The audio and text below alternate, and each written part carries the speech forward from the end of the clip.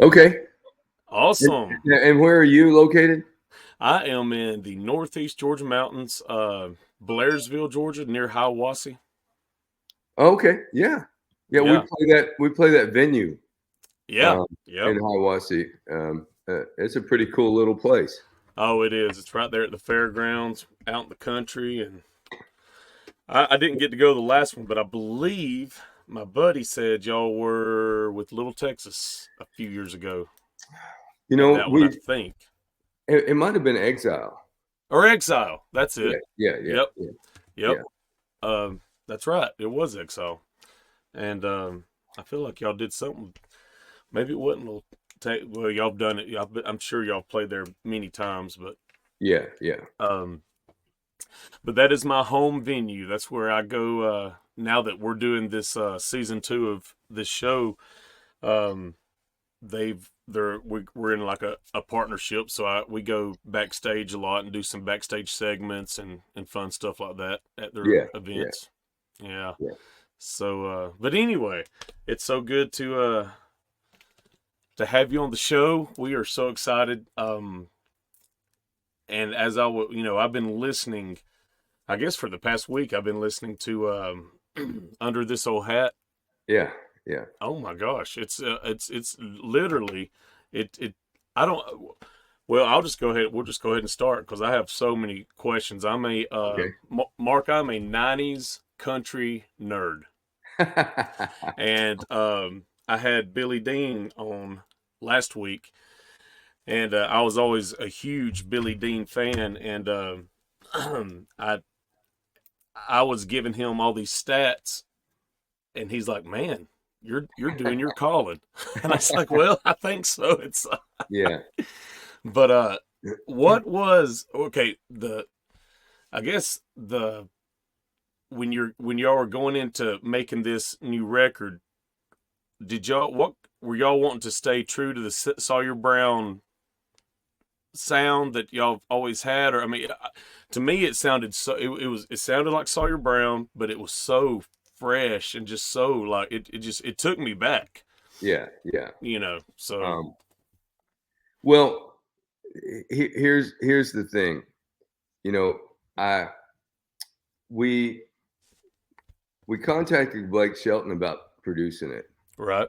and man, he called back right away. And he's a '90s nerd as well, and Oh, that is was he? like, oh yeah, and he's a huge Sawyer Brown. I mean, he knows more about Sawyer Brown than I do, Mm, and so I told him exactly that. I said, listen, we're not chasing anything.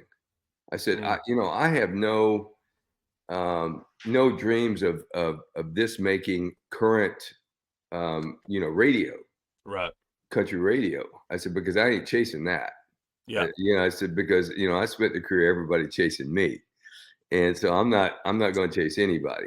So There that you was go. the whole goal and we have a huge fan base, and I wanted to feed the machine. I just wanted Mm, to go in and do what we do because no one else did that before us and haven't since. right. So it was like, okay, this is what we're gonna do, and that's what we did. And the whole album sounds like that. That's awesome. Yeah, and we shut So the video for Under This Old Hat yesterday. you're So kidding? yeah. Oh So man. we shut that yesterday, and it's really cool because we went for like an '80s MTV like Oh, wild, vibe, all the stuff that we do. So oh the wild clothes, everything. So no. Oh man. yeah. That's so you were pleased with it. Oh yeah, yeah, yeah, yeah, yeah, That's yeah. awesome. Okay, so my assumption or thoughts about the new record are correct. It's still it because it fed me. It fed my Sawyer Brown fandom. Uh, Yeah. well, the songs that I've heard so far. So I'm excited to know that it's that's Yeah, awesome, and it's cool yeah. knowing that Blake's a '90s nerd too. So Oh man, I mean, he's Hey, Blake is really, really like smart. Like yeah, he's like another level smart. He would hate me saying that, yep, but man, he's really, really musical, really, really musical. So it was fun. I mean, he was into it, man. He was the first one at the studio in the morning and the last one to leave at night. He was, it was we recorded it here in Nashville. So he Okay. flew in and for a few days and we went old school. We went in the studio and we went in for 3 days from Mm, sun up to midnight. So mm. Man, y'all put the work in, didn't you? yeah, yeah. That's awesome. Well, it's an awesome. I can't wait to see that video. When do you know? Do you know when the video might drop? It's going to come out pretty quick because I know everybody's pretty excited about it. Curb wanted it like yesterday, so uh, you know, we reconnected with Curb for this album, Okay. who we'd been with for 30 years. So Yeah. Oh yeah. When? How long? When's the last original project y'all did? Do you know? we did in 2013. We did like just a project and just sold it to the fans on the road. But Oh, like nice. studio project, it's been 20 years. Like Wow. the studio record. So yeah. Man, that's crazy. Well, and I'll get to some of this other stuff, but just reminded me. So within that 20 years, you did a really cool thing with casting crowns. Am I right? Yes, sir. Yeah. That's what I Yeah. thought. Okay. Yeah. Yep. And I remember seeing that. I remember when that record came out. Gosh, that may have been 2004? It was. Yeah, It 20 was years. 2004. Okay. Yeah, yeah, Yeah. that's right. Yeah. That's awesome, man. Well, it was a great record. And when I saw that you had your name on it, I thought, man, this is going to be interesting. And it ended up, I mean, of course, that album, that's one of the biggest selling Christian albums of all time, Yeah, yeah, yeah. you We know? we we literally we made that for like nothing, man. That's And crazy. I was calling in favors and but I knew, man, I have had a friend of mine who Terry Hemmings, who um, became the president and CEO of Provident, which is Sony's, Yep. Christian label. And he said, "I'm going to give you your own label, and you find acts and sign them." And so it was a random thing, and I literally, um, somebody gave me a CD of Mark Hall's song "If We Are the Body," Oh, and wow. and I was blown away.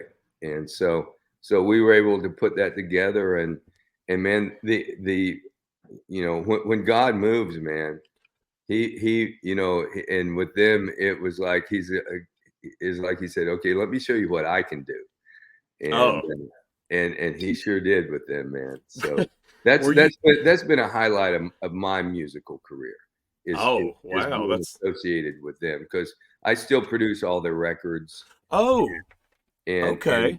yeah, oh yeah, I still produce all their records and it's my label. So Wow, Mark, that's I did not. Well, I should have did more. Well, I knew about the first one, but that's why I told my associate producer Matt, I was like, I'm gonna ask him about casting crowns. He goes, oh, dude, because we were, we were very involved, and I was a youth pastor at one time, yeah. and so all of our youth conferences, we'd go and it'd be, casting crowns were there several times, and Well, that's Mark's. Let me tell you this. This is the coolest thing. That's Mark's passion. Mark Casting Crowns, I think, are the biggest selling act of all time. I yeah, think yeah, something. They're yeah, up there. oh yeah, And the first question when I called and offered Mark Hall the deal, the only question he had wasn't how many points, how much money, how many albums, whatever. There was uh-huh. none of that. He just said, "I have one question." He said, "Am I still going to be able to be a youth pastor?" And Wow, I said, "Sure, man." I said, "If we can make this record, you can be anything you want to be." And to this day, he is still a full-time mm. on staff youth pastor at Eagles Landing in McDonough, Georgia. Oh yeah, Yeah. yep. And that So that was a reputation. When I was heavily involved in that scene, everyone knew in my circle that, oh, he'll fly in on after yeah, a concert on Saturday night just to be there on Sunday. But And yeah, that's true. That's not, that's not, and that's not like he did that one time. oh, That's him, every week. it's impressive. That is impressive. Yeah, That's almost 20 years. Next year will be yeah, 20 years yeah, that he's been doing it. yeah. Wow, man. Well, that's cool. I used to lead worship for North Point out of Atlanta. Okay, yeah, With and I would travel around and do. We were based out of Athens, Georgia. I would do the Athens campus, but just yeah, I sang a lot of Casting Crowns songs. yeah. So Yeah, do I. So that's. do I, man. Oh, well, one more question about that. Do you know Jason Horde? My boy, Are you kidding me absolutely. right now? Oh Oh my man, goodness. Jason's my guy. And Jason helps me on every Casting Crowns record. I don't think there's been a record, Yeah. because sometimes I won't be able to get to, um, uh, we set up a studio in Mark's basement so we could, Okay. because he has to be down there so much. Yeah. But Jason will record stuff for me and help me. Yeah, I Jason's, That's so crazy. yeah, yeah, yeah. Hey, Jason produced. He's produced two of my. Well, he produced my country EP and my a Christian album that I did. So I've known Jason for years. Yeah, I yeah, cannot wait to text him in a little bit. yeah. What a good I dude, man. I love yeah. him. I love him, man. Okay. Because I feel like I remember him telling me that y'all work together, but that's small world right there. Yeah, yeah. Um. Anyway, let's keep on rolling. But yeah, Jason's a hoot. Now you also released. Well, I watched the trailer twice last night. For the documentary. Now Hmm. y'all have a documentary coming out, and so it's in support of that record and everything, right? Next year's our 40-year anniversary. Wow. So we've been doing it's 40 years since the release of Leona and Step That Step and Star Search, the very first, Mm-hmm. that was really when, the band was together a couple years before that, but as far Right. as what the public knows, it's 40 years since the release of that the first record and Star Search. So That's so crazy. there's a book coming out Oh yeah. called The Boys and Me, on my life story, and then the documentary's coming out on the band, and then in March the new record will drop, and it's called Desperado Troubadours. That's a killer name, by the Yeah, way. yeah, Desperado Troubadour. yeah. I love the name of that album. Are y'all gonna? Will there be a tour called the Desperado Troubadours Yeah, tour, oh or yeah, just yeah, yeah. The yeah? the whole tour next year will be the Desperado Troubadours tour. Oh man. Yeah, Wow. and That's it exciting. it'll end up being probably 90 to 100 cities. We've Mm-hmm. already got like, I think, 60 or 70 cities, and they're continuing to book. We'll do all of the US and all of Canada. Oh, nice. Yeah. That's good. We got that's crazy because we got our stats in yesterday for week 1 of our return, and Canada was a Canada is one of our huge lot of markets. them. We'll do 20 cities in Canada next Oh year. man, Yeah. that's awesome. Yeah. I've got buddies there, but I've never been, and I've heard it's Sweetest beautiful. sweetest people in the world, man. Yeah. Good folks, into music, really, really, you know, uh, they know everything about the band. Like when you Wow. go in and when I do like interviews, not unlike you, they really, really know, the band and the history, and so it's pretty cool. So you like that when it's not like a normal regular interview Yeah, and yeah, they because yeah. otherwise we go on automatic pilot, you know. Oh, exactly. I tell you, that's awesome because so our first guest well in 2018 I was flying to Colorado and just to get away, I was a teacher and all that, but I had a break coming up and I thought, all right, God, I'm going to fly off by myself to the Colorado Rockies and I'm going to spend a few days. I need some clarity. I need to know what's next, and I just wanted to, spend some time with the Lord out in the Rocky Mountains, and Yeah. so on the plane right there. I thought to myself, I've got all these awesome connections in Nashville. My mentor was John Barry. Okay.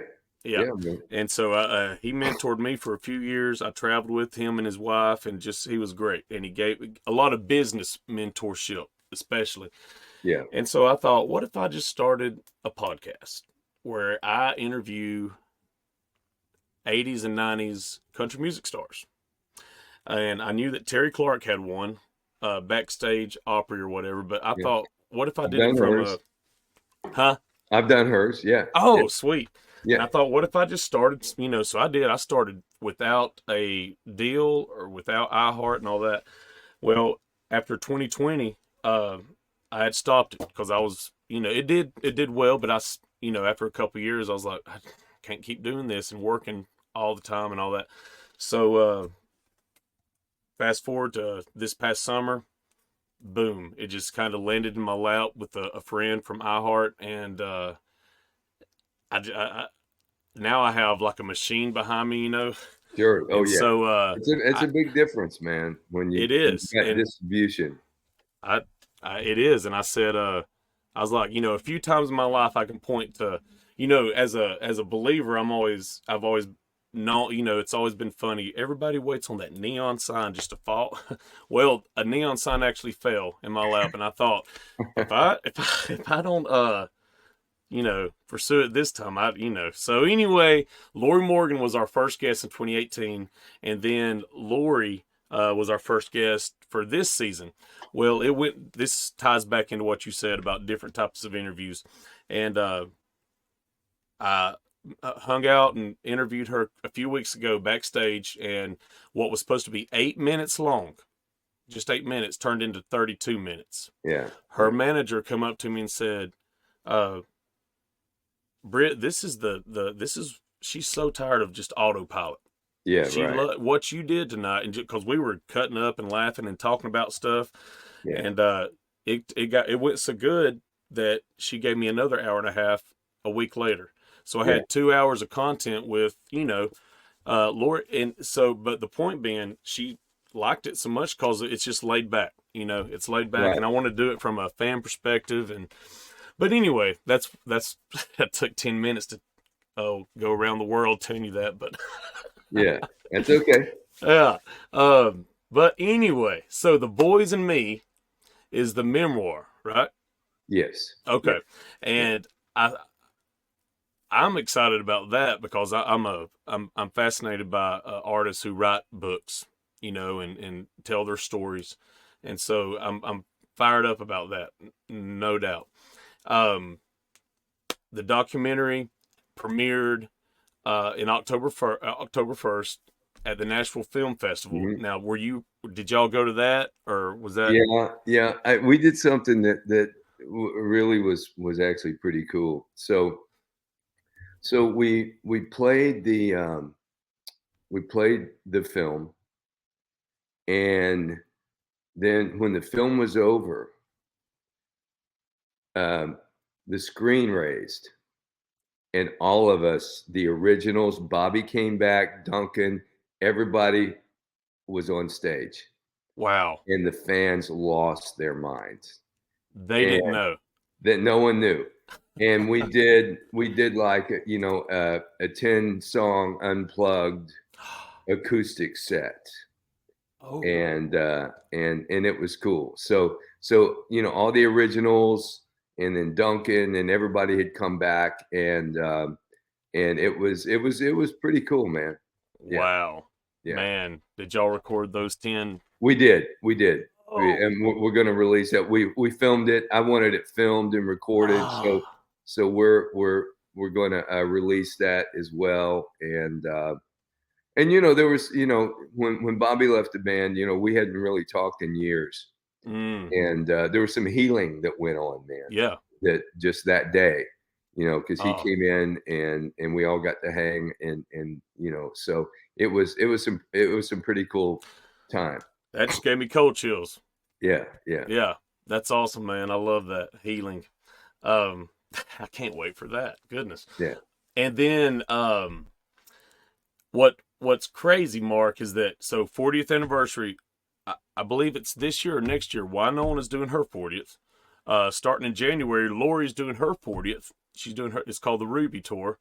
And then I think there's another artist that are about to embark on their 40th. I can't remember if it's Shenandoah or who, but it's like several of y'all are about to embark on, celebrating 40 years in the business.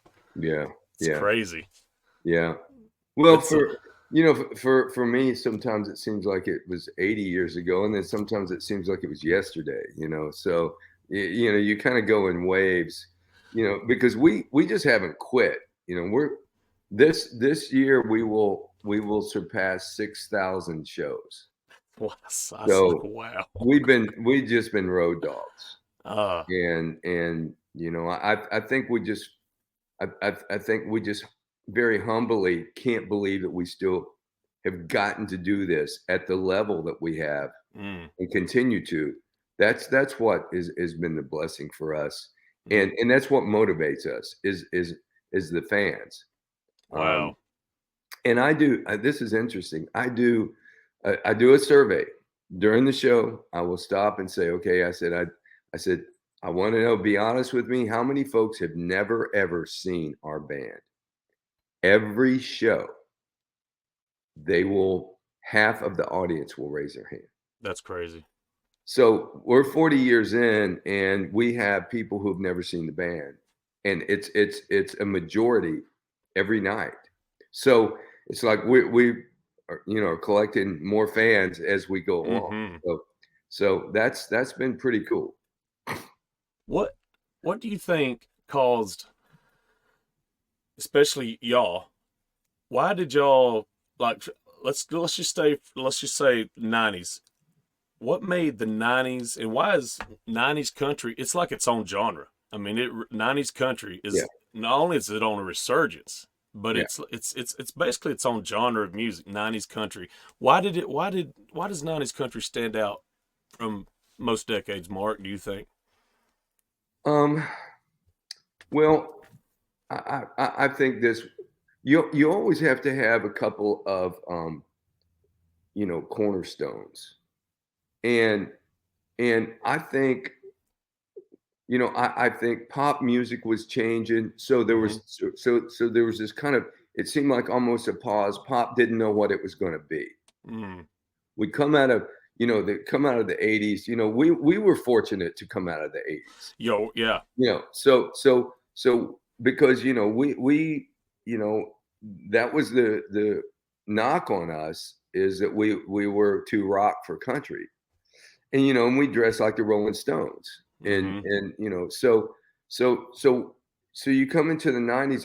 I think everybody was searching for something, musically, you know Mm. and you come in with this new blend. Country radio then decided, okay, really, after the walk, they looked at us different. So I had written Some Girls Do, and I knew, I recorded that 3 times. I went to Muscle Shoals and recorded it, Oh, and it was fantastic. But wow. I knew it was too rock, and it's, of all the hits that we've had, it's the only one that I knew was a hit. I Really? really knew that song could be something. And it So I was. came so I came back to Nashville and recorded it, and it was too country for me. Really? So Okay. I felt like it was in shows. I felt like it was too rock for radio, Mm-hmm. and then come back here and record it again with some different players, and then it was too country for me. I just thought, no, it's more than that. So then I brought some guys up from Shoals. I brought some of our guys in from Sawyer Brown, and I flew in a guy named JD Manis from LA, who was a steel guitar player. Oh, wow. And JD played with, everybody from Linda Ronstadt to the Eagles, and Mm. and so, but he had this California style of steel, Session and player, so, like he was known for being a yeah, good set. Yeah. he was the guy that had that California sound, and I love Nice. that. Yeah. So I put all that together, and the record that you hear today was that, group of people. Wow. So but but getting back to the 90s, so the door was opening for I think just more diversity within the sound of country music. So now all of a sudden enters a guy named Garth Brooks and then Shania Twain. Mm-hmm. So now and you know you've got these huge cornerstones that it created a rising tide Mm-hmm. that really all of us were able to ride off of that. Right. Yeah. And I think it was Garth Brooks who really led the way for the rest of us. I mean, just that's just when you look at Mm-hmm. the landscape then, uh, and that's why I think '90s country you needed somebody like that. In the '80s, Kenny Rogers Mm-hmm. was that guy Mm-hmm. who really the tide rose around country music and brought in a bigger fan base. And I think then Garth just went ahead and just took it over the top. Garth was a tsunami. He wasn't a tidal wave. He was a tsunami. He just No, yeah. lifted everything and boom. And we all rode that ride. Yeah. Well, that I love your answer. That's I usually ask everybody that on the show what made it stand out, and that's the most unique answer yet. And that just it paints a picture in my mind of what you just said. He that tidal wave and what Shania sold 27 million records on that. off one album, right? Yeah, on one album. Yeah. That's So ridiculous. if you look at that, that's introducing, and they were brilliant. Mutt was brilliant because they would go and he would remix those records and send them to Europe as pop records. Yeah. And he, put a fiddle and a steel over here and release them to country. But that's how much country was expanding. Right. Oh yeah. I mean, and to think what she did for like female artists, Dina Carter came out with that first album, 5 million. Yeah. Yeah. It's I mean, it's and then like in '98, Faith came out with Breathe, and that was like a diamond record. So Yeah. that makes sense, the tidal wave. And Yeah. but I mean, saying yeah, y'all had a tidal wave, but y'all were I mean, what y'all did was turn into gold, turn into platinum, uh, awards, and I mean, y'all were a machine as well, especially Well, with country bands. when it got rolling, man, it was a lot of fun because we had I never bet. experienced that, especially coming out of the '80s where we were just, we'd have a hit and then we'd have three that weren't, and we'd have another big hit. Fortunate for us, Step That Step, The Race Is On, and The Walk were big records that could sustain us that downtime. Yeah. And then it wasn't until the '90s that we kind of got on a roll. And So, so y'all were the opening act for a few years right there when y'all had those late '80s. Were y'all opening up a lot, or well, when we did y'all did. start headlining? Well, this is what happened with us, man. We were really fortunate, man. Kenny Rogers took us out after Star Search. Kenny had seen us on Star Search, Oh wow. so he took us out on his tour, and then he was the biggest in the world. No doubt. And then that parlayed into the Islands in the Stream tour with he and Dolly Parton. So we were out with Kenny and Dolly for about a year and a half. Whoa. Are you So we were, serious? oh yeah. So we were playing in front of 20 to 40,000 people a night. We would play all the stadiums, the domes, Oh the man. big arenas. So we did that. So we had been on TV for a solid year with Star Yeah. Search, and now we're out on this Kenny Dolly tour, and for a year and a half. So we created a big fan base. So we go from that, and that was about 86, 87. Mm-hmm. We go into those years, and really we were pushing the envelope as because I knew we couldn't be Alabama because there already was an Alabama. Mm-hmm. So I decided we're going to be the Rolling Stones of country music. Mm. So we were really pushing that, and a lot of times we pushed it too far, especially making records. It was a little much at the time, but we had this huge fan base, so we kind of had to go out and headline because Yeah. we opened for George Strait once, and George loved us, but he goes, man, I ain't gonna follow that. Can't follow it. Yep. And it wasn't, it was such a different energy, Yeah.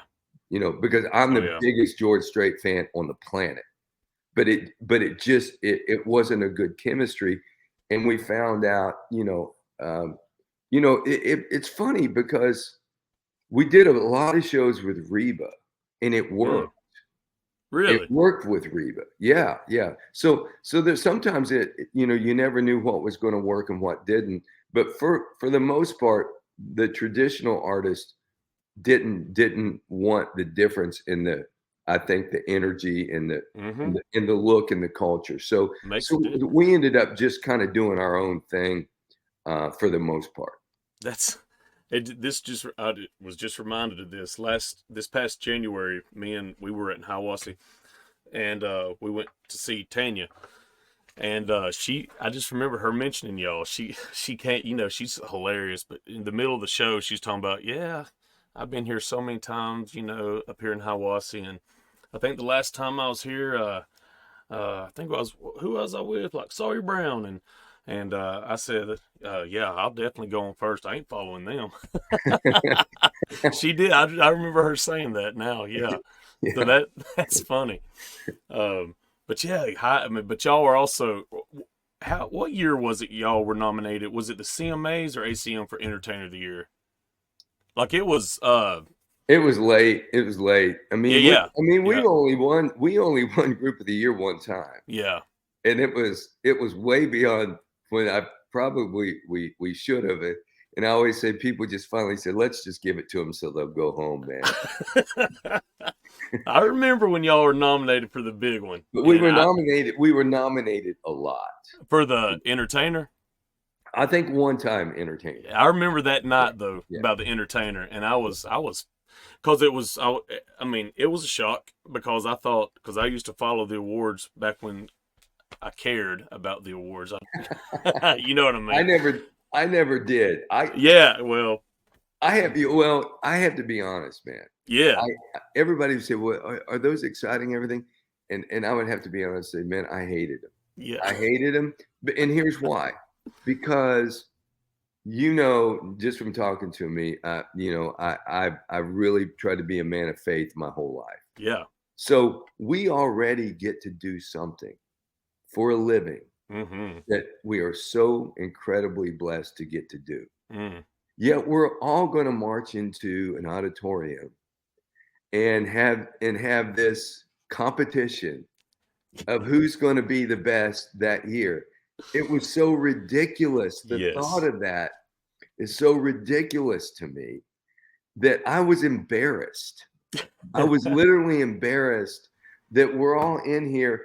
And also everybody would act different than they would when we were out, because it's like now we're competing against each other, and it's a popularity contest. That's exactly it. Really has nothing to do with what we do for a living.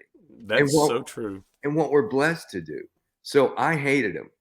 I was embarrassed to show up and everybody's parading around, and I don't know. I just had a whole different opinion. Especially when they zoom in and Alabama, Sawyer Brown, and then that has and to we're be buddies and we're pals. It's like that's the coolest answer. Just let us get in here and everybody get up and sing some songs and clap and have a good time, man. Yeah, that's my favorite award show was the TNN Music City News Country Awards, the fan voted one. Yeah, that was always a fun one. We won that so many times. We won that about 7 or 8 years in a row. That so many times that there you go. I think they changed the name of. I think they wanted to move on. Well, they shouldn't do fan voted because but it shows fans That's the one I used to take as that was Yeah, the real one. yeah, yeah. Um, let's see. Let me make sure I've covered everything. I'm so excited to start promoting this interview because I want people to be aware of Desperado Troubadours, the songs. So there's 2 singles out right now that people can go and listen Yeah, to. yeah. Yep. Get me to the stage on time, Yep. which is also the title of the film. So, Right. yeah. Yep. So That's awesome. and then Um, and then Under This Old Hat. yeah, yeah, And so that was co-written by Cody Jinks and Tennessee Jet. yeah, yeah. That's nice. And Oh, I like. they also co-wrote the 2 we wrote together was Desperado Troubadours Oh, sweet. and Under This Old Hat. Okay. Yeah, yeah, Boy, I can't wait to hear Desperado Troubadours. That just sounds like a cool song. yeah. Um, now the video, I remember this video coming out, and that's when I knew that, man, that's got to be a high energy show. I started going to country concerts when I was 9. My very first concert was at Dollywood, and that was Little Texas. Okay. And I was always a fan of country music bands and groups. I was always a fan of that. But when The Boys and Me came out, that video, and it showed the live, the live performance. Y'all had not the runway, but the silver, the steps, the up, all Yeah, kinds yeah. of. We had the slides. We Yeah. had the conveyor belts. Yes. That That would was. shoot us across stage, and yeah. I mean, my goodness, y'all were kicking it, dude. We that was when we were, this was going to be our first big headline tour that we had our own production and Yeah. so we had seen Madonna Yep. that had these treadmills. Oh. And so one of the guys, because these huge production companies, they all do all these tours, and this guy, one of the guys in the meeting goes, "Guys, I know where those treadmills are. She just did it." She goes, "He just did it that one tour. I know where those treadmills are. I can get you those treadmills." So we went and got those treadmills, and they were Madonna's. And so Wow. they would shoot me all the way across stage, and then I started to incorporate like dance moves and stuff to where it was look like you were moving, like I could do the moonwalk and not really have to do it. Yes. How long did it take you to learn? I mean, I'd be falling, I feel like. Well, we would practice. Yeah. We actually rented. That video was shot in St. Joe, Missouri, because we rented that hall up there. It was a little 5,000 seat arena. Yeah. And we rented that for like a week. And we went in and rehearsed the tour. And then I was able to experiment with the treadmills and figure all that out. Man, that is the coolest story, by the way. Hey, so I will. Speaking of the treadmills, we always, just to entertain ourselves, we were pranksters always. And I don't know if he knows this to this day, but so we took Tracy Lawrence out on that tour. On one of the tours, we took Tracy. We had Tim McGraw out for a while. We had Toby Keith out for we had Toby out for over a year, and then but we would have like Mark Chestnut. We'd have Tracy Lawrence and some of these other guys, but we would always prank each other and have fun. So the treadmill. So what? Because Tracy's opening act, they set up. We go in and set our gear up, then they set up. Mm-hmm. So Tracy, his microphone stand was on the treadmill. So Tracy sometimes would close his eyes when he would sing. Yeah. So I would be over with my thing on the treadmill, and so when you're seeing, like, I got my hand in. So when you're seeing this, all of a sudden I would just move it. He would close his eyes and I would go like this. I would just move it, and it would be off center, and he'd open his eyes and he would be like, then he would go over here, and then he would close it, and then I'd move it a little again and he would open it, and he never knew. he never figured it out. And it would be so slight that, the crowd really wouldn't know it either. But everybody in the wings would be it would just be hooting and hollering, man. Oh man, that's classic. That's so cool. Well, you answered my next. I was going to ask you, who'd y'all take out with Yeah, y'all? we had Tim out because we were on the same label, and man, Yep. Tim had just had Indian Outlaw out, Ah. and uh, it was pretty cool because that song was just a big impact record for him. Mm-hmm. But he would play it at the end of his set, so he would have like 25 or 30 minutes, and he would get just an okay response up until he played that song. You're right. So after the first night or second night, I said, Tim, come here. I said, listen, what I want you to do is play one song, and then I want you to go into the intro to Indian Outlaw, play it, and they're going to go nuts, and then stop and go, hey, folks, I only got one big hit, and I just wanted to tease you, and but so he did that, and the place went crazy, but then they were really into his stuff until he got back to Indian. Then they were just anticipating, and then by the time he started again, they would explode. But it Wow. let him know who I am. Oh man. So and his band actually told me he did that for years, even afterwards. Oh man, that's some good. But just that's mentor. That's good advice that you were able to share with him. Yeah. That's awesome. That's And we had Toby out for over a year, and he was the best. Did you see?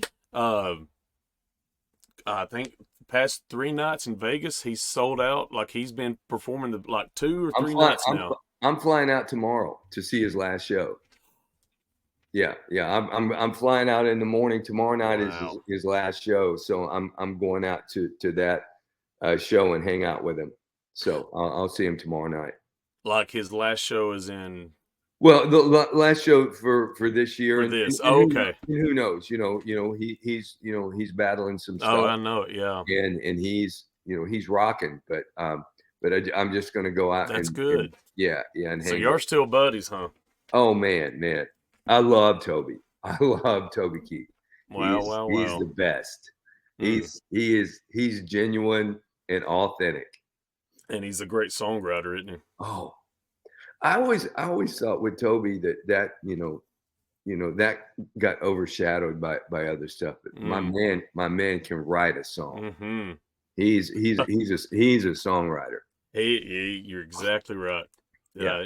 And well, heck, he's written just about every hit he's had. I think there's only just a handful. Yeah. Actually, do you know Scott Reeves? Yes. Yeah. Yep. That's a friend of mine, and I know that he had wrote "Made in America" for him, but because Scott told me, he's like, Brit,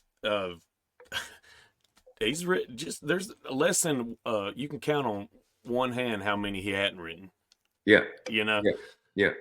But anyway, Mark, this has been incredible. This has been so much fun. It's already been 45 minutes, and it's I didn't realize what I wasn't even planning on asking you about Jason Horde, and I tell you, it just hit me. Because when I started asking about Casting Crowns, is when I thought, oh, I wonder if he knows Jason. And do you know John Waller? Yeah. Yeah. I produced John's couple albums on John. Now, what did I just see about him past a couple of weeks ago? I think I saw he's releasing.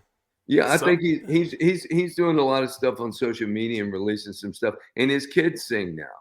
His kids have a group, and they're really good. That's really, awesome. Really good. Yeah.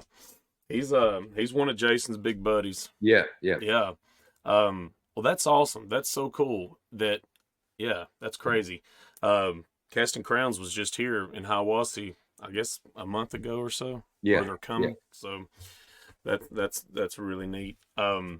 Now, did Stephen Curtis, was he part of that project, or is he still He was working he with was y'all? he was he was part he and Mark wrote a couple songs, and Okay. he co-produced a couple on the first album, which Okay, was that's what I thought. Yeah. yeah. Are you? Do you keep up with him? Oh yeah. Yeah. Our families are real close. Ah, All nice. of our kids went to school together, so Mm-hmm.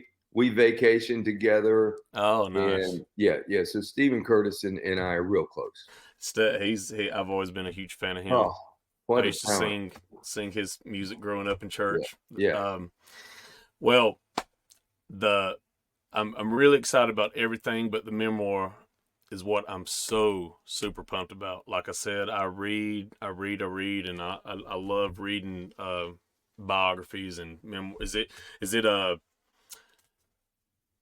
is are there some things in there that the fans will be pleasantly surprised to yeah, read? Or yeah, yeah. I think so. good. And also I'm able to talk a lot about my faith.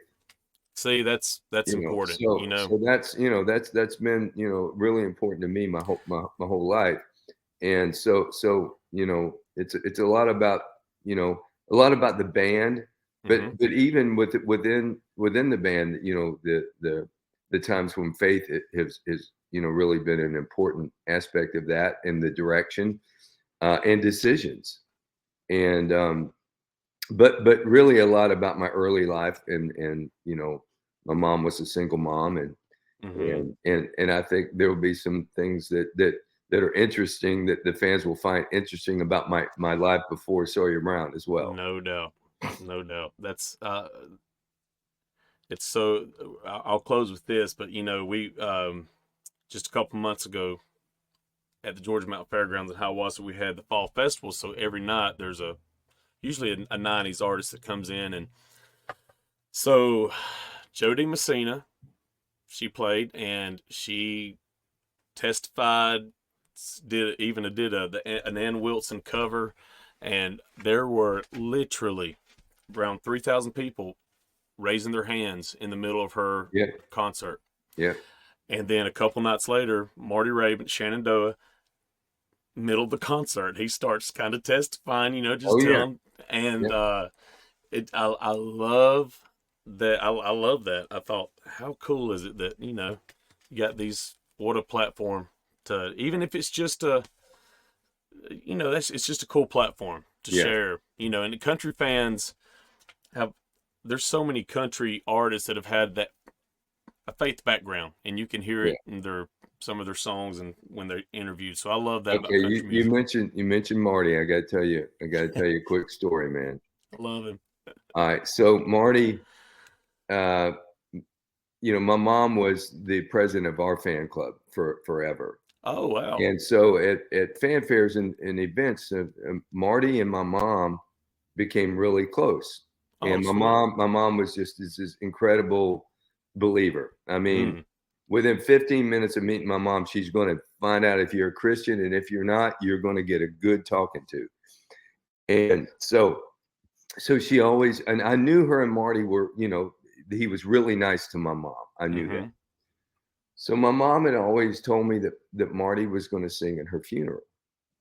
And I said, well, and just in passing, and so my mom, the year before COVID, my mom passed away. Mm. And I'm just, we're just trying when those things happen, you're just trying to figure everything out. And so Mm-hmm. we're the funeral's all set and everything. And man, about 15 minutes before the funeral starts, in through the back door walks Marty, and he's got his guitar in his hand. And Wow. uh, And you didn't know. no, no, he said, "Man, I told you, Mama, I'd sing Beulah Land." And and man, it was like I just that goes to show that Uh. I think that the kind of no, number one, the kind of guy Marty is, Mm-hmm. but also just within all of us, country music, and everybody that you've mentioned on your show already, Mm-hmm. you know, we all know each other, Right. and we all support each other. We were there. We were there with, and and so there's definitely a camaraderie and a family, you know. Mhm. Jody, well, you mentioned Jody, you know, she Mhm. opened for us, you know, and we go to the same church. Oh, So wow. you know, so there's you know this definite connection. But I just wanted to say that about Marty. Yeah. Man, that's awesome. I love him, and he's coming on the show I think in January, but he's I so much respect and admiration for him. And that boy can sing. Oh, yeah, yeah, yeah, Um, that's cool, man. Thank you for sharing that. That's a great testament to who your mom was, yeah, and a great testament to the man that Marty is. What you see is yeah, what you get. You know. absolutely, yeah, Yeah, I've had him twice on the show, and each time he preaches a little bit, and I love yeah, it. yeah. But anyway, thank you so much, Mark. This has been a thrill. I hope y'all are coming to Georgia on that tour. I'm sure we will. We Yeah, usually make that stop, so I'm sure we yeah, will. that would be cool. I'd love to see that the 40th anniversary tour for sure, and I can't wait to tell Jason that I hung out with you today. Yeah. All right, buddy. All right, man. Well, you take care, and hopefully we'll see you soon. Okay. Thank you. All right. Thanks, Mark. Bye.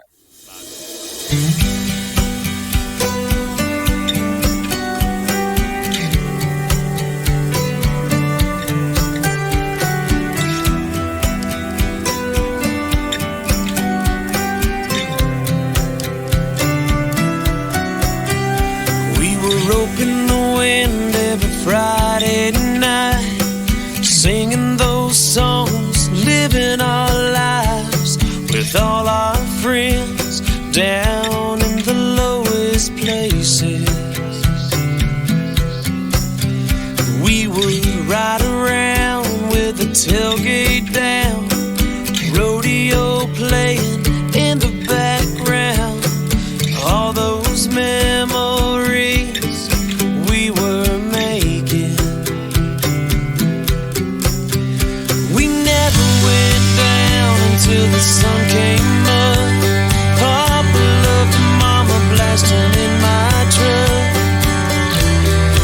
I was calling Baton Rouge.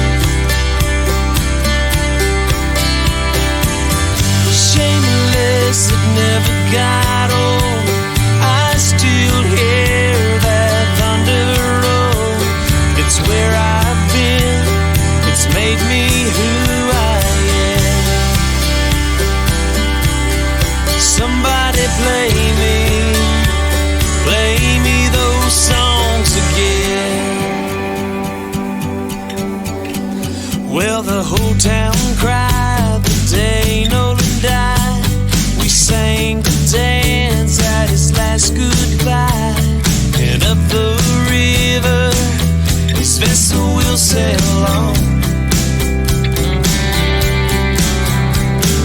just to relive all our glory days, singing those songs, all the noise we made that summer.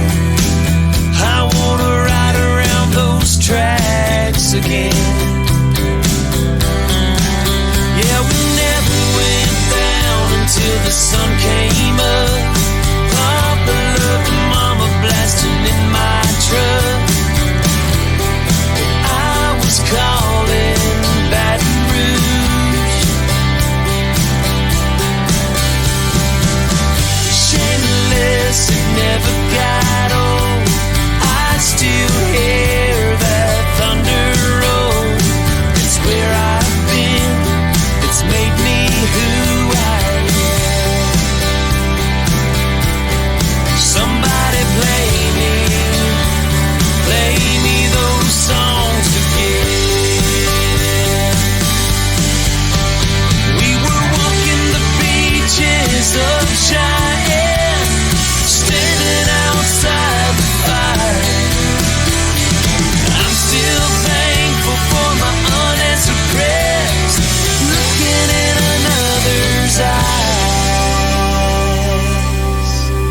Yeah, we ain't going down until the sun comes up. Papa loved Mama blasting in my truck, and I'm still calling Baton Rouge.